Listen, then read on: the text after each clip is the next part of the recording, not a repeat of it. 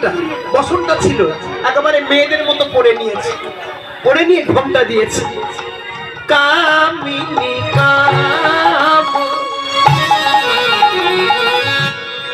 কলিকাতা চুম্বানস আহা ওই ছন্দ বড় ওই ছন্দ বড় আহা ওই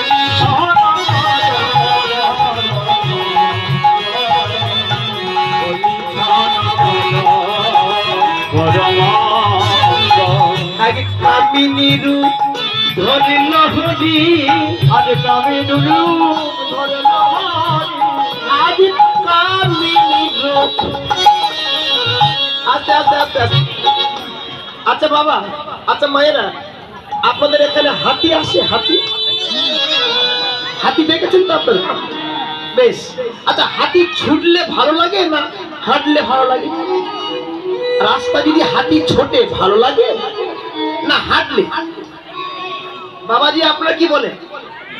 হাতির অত বড় দেহ নিয়ে যদি রাস্তায় ছোটে দেখতে ভালো লাগে না হাঁটলে ভালো লাগে? হাঁটলে ভালো লাগে। চমৎকার। কারণ হাতির অত বড় দেহ নিয়ে ছুটলে ভালো লাগে না, কিন্তু হেঁটে গেলে খুব সুন্দর লাগে। আচ্ছা মা, তাই যদি হয়, আচ্ছা বলুন তোমার নারী জাতি যদি রাস্তায় ছোটে দেখতে ভালো লাগে না খারাপ লাগে? কি গো, হাতির কথা বললাম, এবার আপনাদের কথা বলি। মায়েরা যদি রাস্তায় ছোটেন, কোন যুবতী নারী, কোন বাড়ির বউ যদি রাস্তায় ছোটে দেখতে ভালো লাগে? একটা নারী ছুটলে আর একটা নারী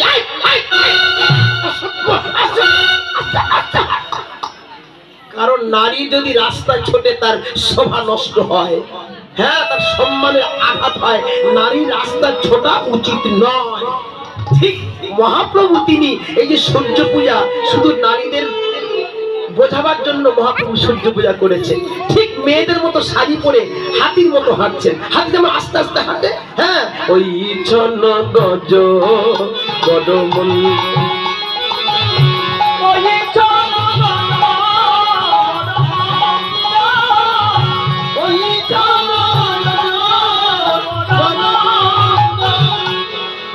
যদি নহি কোনো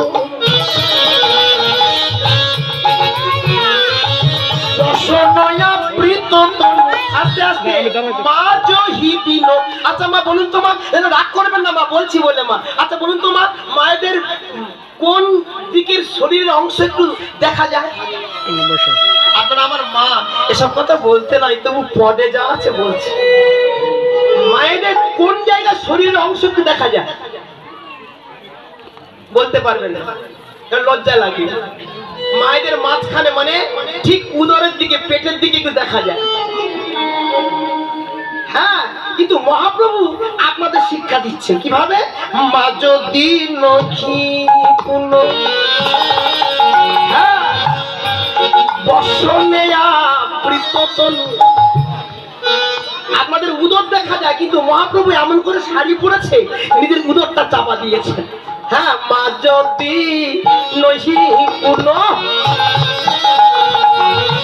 বসনে বৃত্ততনু কহতহি কহতহি উজবসু আহা কহতহি কহতহি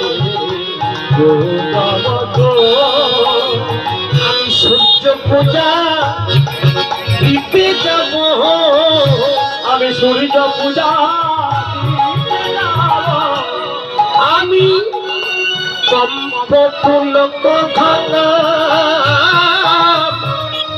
সর্বভঙ্গ অনুপম আহামরি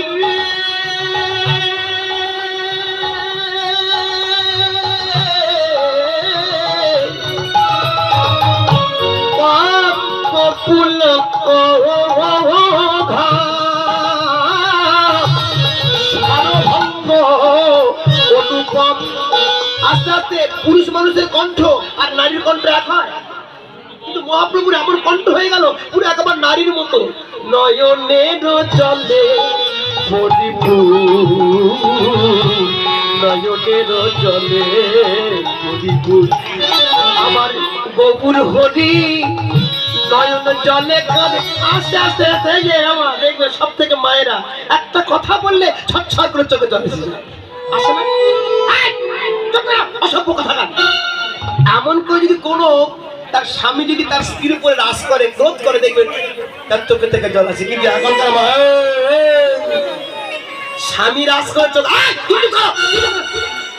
অনেক মা আছে দেখবেন দাদা রাজ করলে, দাদা ক্রোধ করলে, ভাইরা রাজ করলে, বাবা রাজ করলে, বাবা যদি রেগে গিয়ে দুটো কটু কথা বলে, মেয়েরা ছটছট ছটছট করে চোখে থেকে জল ঝরিয়ে কাঁদে। ঠিক মহাপ্রভু মেয়েদের মতো হয়ে কথায় কথায় কেঁদে ফেলছে। কেন কাঁদে গৌর হরি আমার, কেন কাঁদে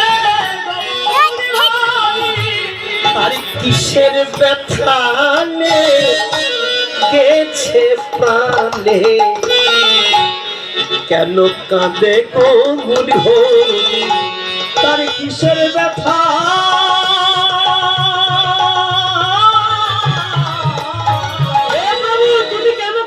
তোমার কি হয়েছে প্রভু? আমার বাবা মা ঘরে কাঁদে।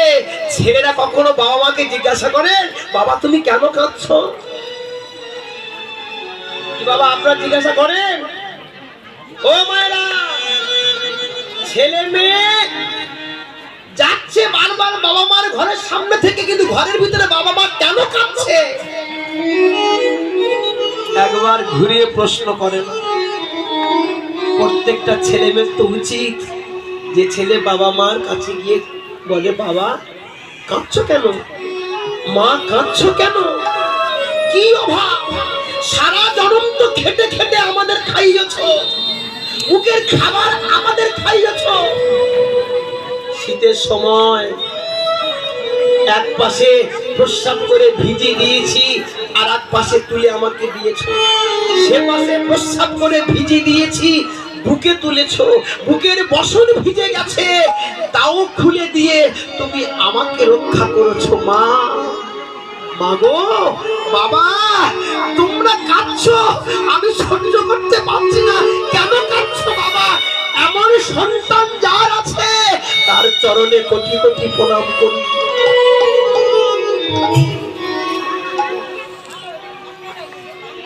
বাবা মার দুঃখে যে ছেলে কাঁদে সে তো ছেলে, ভগবান কাঁদছেন। আপনারা